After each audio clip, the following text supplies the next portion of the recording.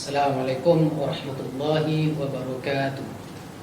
Innal hamdalillah nahmaduhu wa nasta'inuhu wa nastaghfiruh wa na'udzu billahi min shururi anfusina wa min sayyiati a'malina. Man yahdihillahu fala mudilla lahu wa man yudlilhu fala hadiya lahu. Asyhadu an la ilaha illallah wahdahu la syarika lah wa asyhadu anna Muhammadan 'abduhu wa rasuluhu wa la nabiyya wa la rasula ba'da. Allahumma salli wa sallim ala nabiyyina Muhammadin wa ala alihi wa ashabihi rasulillahi ajma'in. Rabbi shrah li sadri wa yassir li amri wahlul 'uqdatam min lisani yafqahu qawli, amma ba'd. Ikhwani fillah rahimakumullah, bersyukur kita kepada Allah Subhanahu wa taala pada kesempatan yang mulia ini. Allah masih memberikan kepada kita kenikmatan kesehatan, Allah masih memberikan kepada kita kenikmatan kesempatan, dan yang tidak kalah penting adalah Allah masih memberikan kepada kita kenikmatan keimanan. Dan ini adalah sesuatu yang tidak bisa ditawar-tawar, bahkan kemudian tidak bisa diganti dengan sesuatu apapun yang ada di muka bumi ini. Ikhwani fillah rahimakumullah, pada kesempatan yang mulia ini kami ingin menyampaikan tentang buletin kafah edisi nomor 151 3 Dzulhijjah 1441 Hijriah bertepatan dengan tanggal 24 Juli 2020 dengan judul Merindukan Pemimpin yang Adil, Amanah dan Tidak Korup. Ikhwani fillah rahimakumullah, Allah Subhanahu wa taala telah berfirman di dalam Quran surah Al-Anfal ayat 27. A'udzu billahi minasyaitonir rajim. Bismillahirrahmanirrahim. Ya ayyuhalladzina amanu la takhunu Allaha wa rasulahu wa la takhunu amanatikum wa antum ta'lamun. Hai orang-orang yang beriman, janganlah kalian mengkhianati Allah dan janganlah kalian mengkhianati Rasulnya, dan juga janganlah kalian mengkhianati amanah yang telah diberikan kepada kalian wa antum ta'lamun, sementara kalian adalah orang yang mengetahui. Al-Quran surah Al-Anfal ayat 27. Ikhwani fillah rahimakumullah, sahabat Rasulullah SAW Ibnu Abbas radhiyallahu anhu menafsirkan ayat ini. Janganlah kita mengkhianati Allah Subhanahu wa taala dengan cara meninggalkan kewajiban-kewajibannya, dan janganlah kita mengkhianati Rasulullah SAW dengan meninggalkan sunnah-sunnahnya, dan juga janganlah kita bermaksiat kepada keduanya. Ikhwani fillah rahimakumullah, di antara banyak amanah, dan amanah yang paling berat adalah amanah kekuasaan. Sebagaimana sabda Rasulullah sallallahu alaihi wasallam, "Fal amirul ladzi 'alan nasi ra'in wa huwa mas'ulun anhum." Pemimpin yang diserahi urusan umat adalah pengurus, wa huwa mas'ulun anhum, dan dia akan dimintai pertanggungjawaban terhadap yang dia urus. Hadis riwayat Imam Al-Bukhari. Ikhwani fillah rahimakumullah, Rasulullah pun juga bersabda di dalam hadis yang lain, "Man min 'abdin yastarihillah ra'iyatan yamutu yawma yamutu wa huwa ghashun li ri'ayatihi ila haramallahi alaihi jannah." Tidaklah seorang hamba yang diserahi oleh Allah urusan untuk mengurusi rakyat mati pada hari kematiannya, sementara ia mengkhianati rakyatnya, Allah mengharamkan surga baginya. Hadis riwayat Imam Muslim. Ikhwani fillah rahimakumullah, Imam Fudail bin Iyad menjelaskan hadis ini bahwasanya ini adalah hadis tentang ancaman bagi siapa saja yang kemudian tidak menunaikan amanah yang telah dibebankan oleh Allah Subhanahu wa taala kepadanya.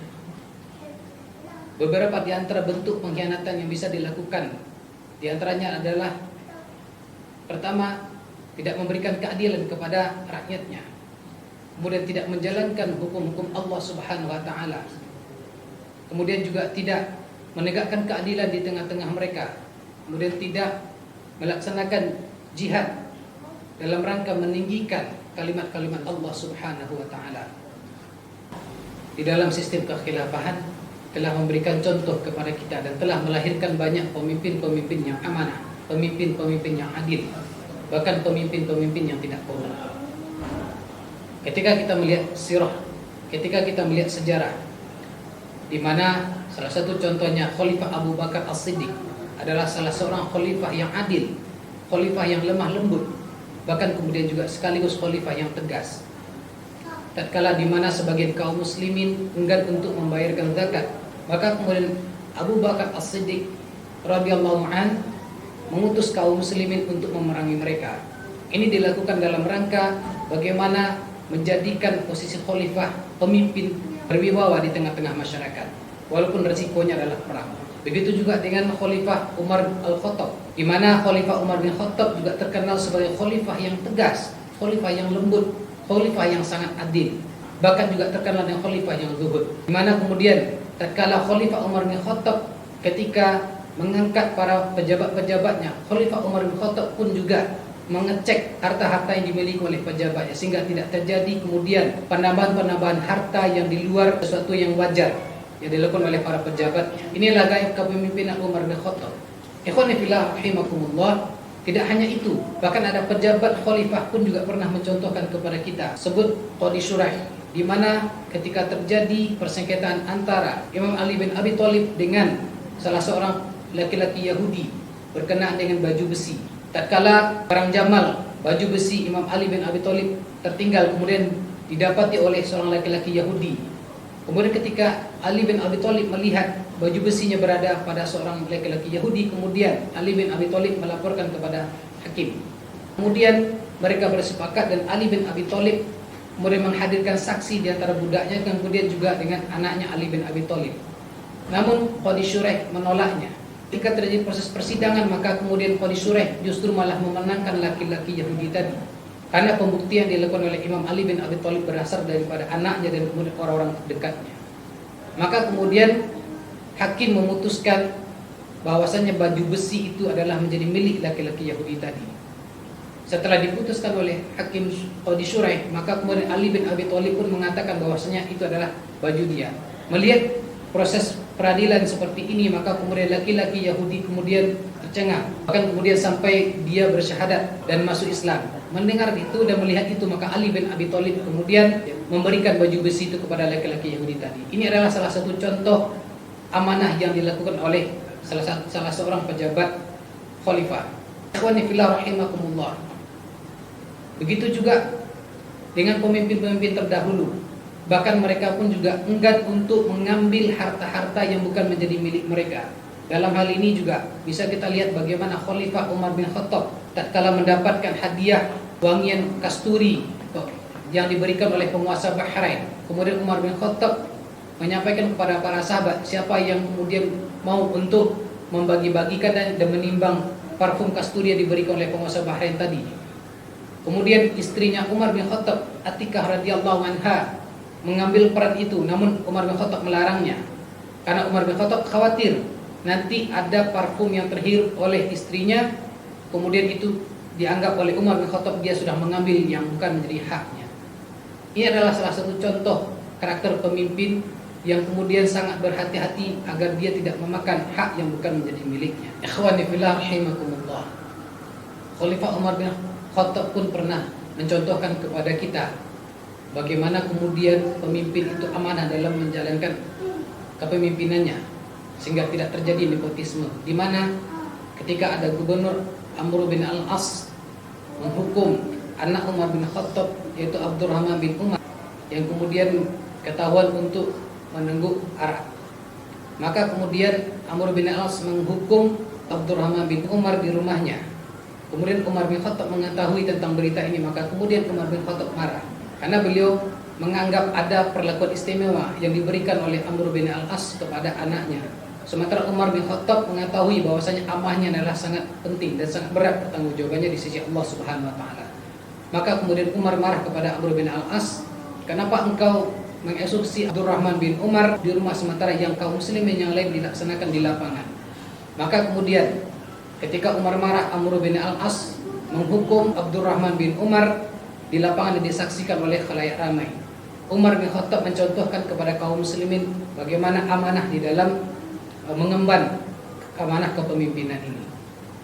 Ikhwani fillah rahimakumullah. Inilah beberapa contoh dari sistem pemerintahan Islam di mana ketika Islam itu diterapkan maka akan melahirkan pemimpin-pemimpin yang amanah, akan melahirkan pemimpin-pemimpin yang adil dan melahirkan pemimpin-pemimpin yang tidak korup. Tentu saja pemimpin-pemimpin yang amanah, adil dan tidak korup ini tidak akan mungkin lahir di dalam sebuah sistem yang mengingkari Allah dan Rasulnya, dalam sebuah sistem demokrasi sekuler pasti pemimpin-pemimpin yang seperti ini akan lahir di dalam sistem yang betul-betul mengesahkan Allah Subhanahu wa taala, di dalam sistem yang menerapkan hukum-hukum Allah Subhanahu wa taala. Dan sistem-sistem itu tidak akan bisa lahir di dalam sistem demokrasi sekuler yang seperti ini, melainkan di dalam sistem Islam di bawah kepemimpinan negara Islam, yaitu Khilafah Islamiyah. Ikhwani fillah rahimakumullah.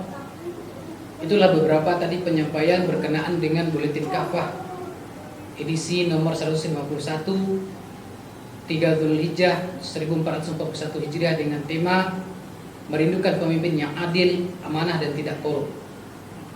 Sekali lagi, pemimpin yang adil, amanah dan tidak korup tidak akan mungkin lahir dalam sistem demokrasi sekuler yang ingkar kepada Allah dan Rasulnya, melainkan akan lahir di dalam sistem Islam, sistem pemerintahan Islam, yaitu Daulah Islamiyah atau Daulah Khilafah Islamiyah.